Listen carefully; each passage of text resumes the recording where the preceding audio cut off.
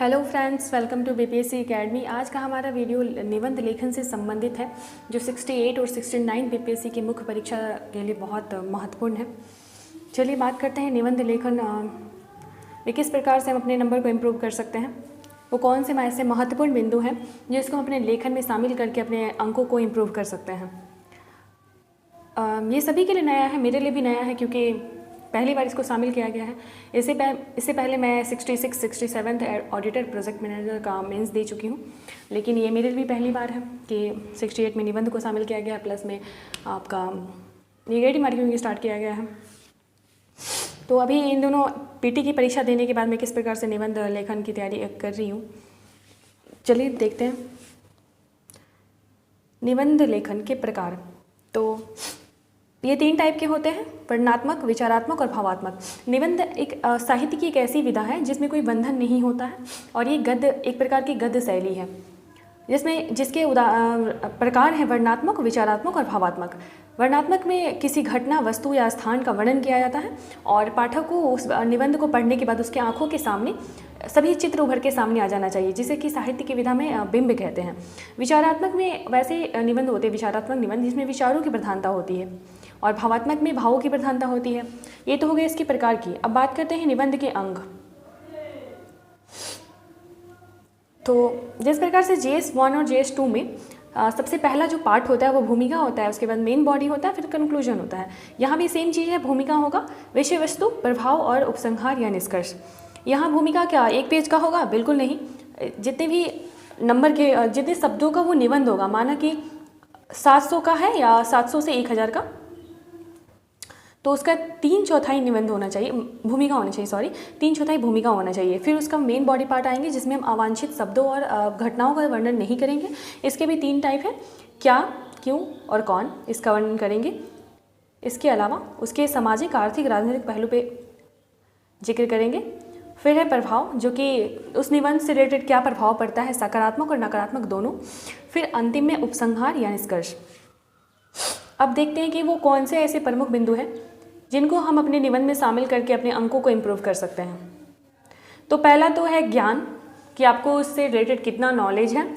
फिर विचारों की क्रमबद्धता, अर्थात नीचे वाले वाक्य का ऊपर वाले वाक्य से संबंध होना चाहिए। कोई भी बिना ताल्लुक रखने वाले सेंटेंस को हम नहीं लिखेंगे। जैसे ऊपर में मैंने लिख दिया रविन्द्रनाथ टैगोर के बारे में और नीचे किसी प्राचीन व्यक्ति का और उससे कोई ताल्लुकात नहीं था वो लिख दिया, तो ऐसा नहीं करना है, बिल्कुल नहीं।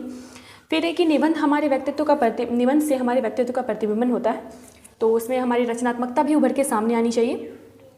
संतुलित और ओजस्वी भाषा का प्रयोग करेंगे।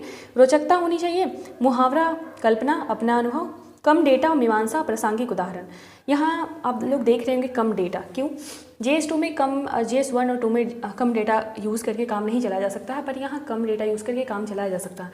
यहाँ पे आपको ज़्यादातर मीमांसा करना है, डेटा यूज़ नहीं भी करेंगे, थोड़ा बहुत चलेगा, बट वो जिस तरह से JS1 और 2 में होता है वैसा यहाँ नहीं है कि ज़्यादा डेटा यूज़ करेंगे तभी नंबर मिलेगा।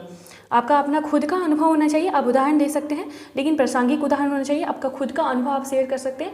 एक और अंतर है कि वहाँ जैसे आप किसी जैसे मान लेते हैं योजना आयोग, वित्त आयोग ने क्या कहा था, उनकी क्या राय है इस पर, तो वहाँ पर वो लिखते थे JS2 में या 1 में, लेकिन यहाँ ऐसा नहीं है। आप अपने खुद के विचारों को, आपको क्या लगता है, इसका क्या कंक्लूजन हो सकता है, वो रखना है।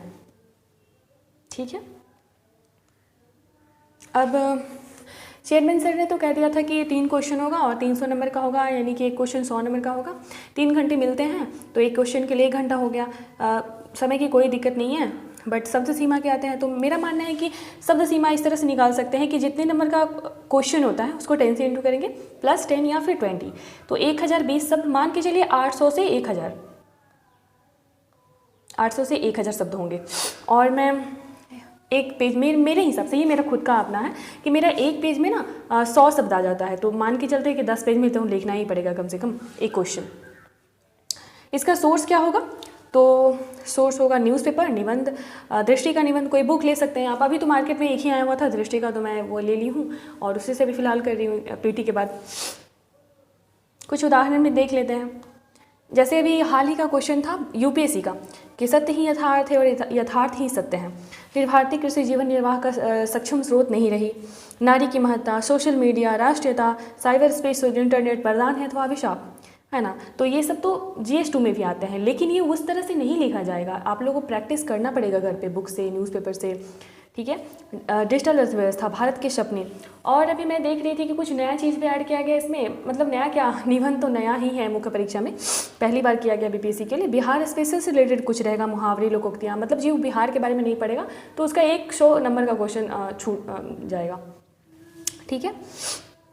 और राष्ट्रीयता में मैं कुछ उदाहरण देना चाहती हूँ। जैसे राष्ट्रीयता से रिलेटेड कोई अगर निबंध है तो जो बहुत महान इतिहासकार, रचनाकार, साहित्यकार जो हैं, उनका कुछ कविता से, उनकी कुछ कविता से शुरू कर सकते हैं। जैसे कि एक महत्वपूर्ण रचना थी चंद्रगुप्त जयशंकर प्रसाद की, उनका था, हिमाद्रि तुंग सुरंग से प्रबुद्ध शुद्ध भारती, स्वयं प्रभा समुज्ज्वला, स्वतंत्रता पुकारती, अमर्त्य वीर पुत्र हो, दृढ़ प्रतिज्ञा सोच लो, प्रशस्त पुण्य पंथ है, बढ़े चलो बढ़े चलो। तो यहाँ से शुरू कर सकते हैं, लेकिन हम अगर शुरू करेंगे इसे तो ये बहुत प्रभावशाली होना चाहिए तभी, ठीक है, और आपका भाषा भी ओजस्वी होना चाहिए। अब आगे देखते हैं कि वो जो मैंने बुक लिया है ना दृष्टि का, तो ये रहा निबंध दृष्टि, विकास द्विवेदी सर का, ये 8वां संस्करण है इस बुक का। हालांकि ये IAS मुख्य परीक्षा के लिए है और विगत वर्षों में जो पूछे गए निबंध था उनका हल है, लेकिन अब BPSC के लिए भी बहुत हेल्पफुल हो सकता है। आप लोग एक बार देख लीजिए इंडेक्स, किस किस टॉपिक को कवर किया, मैं धीरे धीरे दिखा देती हूँ। मैंने एक क्वेश्चन भी ऐड किया है, आप लोग देख सकते हैं, थोड़ा बहुत अंदाज़ा मिल जाएगा कि किस तरह से लिखना चाहिए निबंध को। क्वेश्चन है, पक्षतापूर्ण मीडिया भारत के लोकतंत्र के समक्ष एक वास्तविक खतरा है। क्वेश्चन तो समझ में आ ही गया होगा, अब थोड़ा सा देख लीजिए किस प्रकार से सॉल्व किया गया है।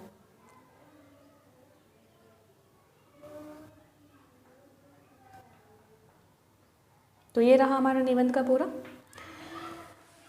अब आप लोग बताइएगा कि कैसा लगा ये हमारा अनुभव, आपको, आप लोग भी अपना अनुभव शेयर करें कि किस तरह से निबंध की तैयारी करनी चाहिए।